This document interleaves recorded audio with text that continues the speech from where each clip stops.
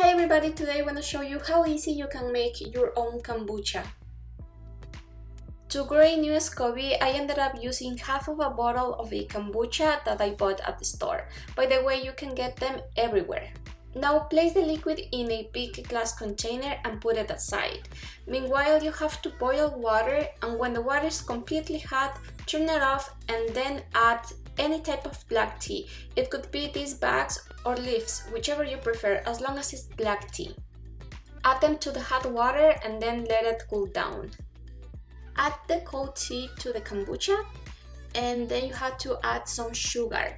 Remember that the sugar pretty much is what the Scoby will eat, and of course that will make it grow.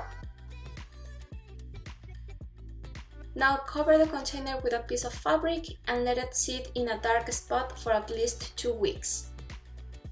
And this is how it looks after 2 weeks. Now your next step is replacing this liquid with new tea and sugar. If you let it sit for more than 2 weeks, the flavor would be very acidic, similar to apple cider vinegar, and you don't want that. Now you can drink it like this, or if you want to add some flavor to it, you have to mix some fruit and let it sit for a couple of days, and then this liquid will get that flavor. By the way, I want to show you how it looks after 1 month.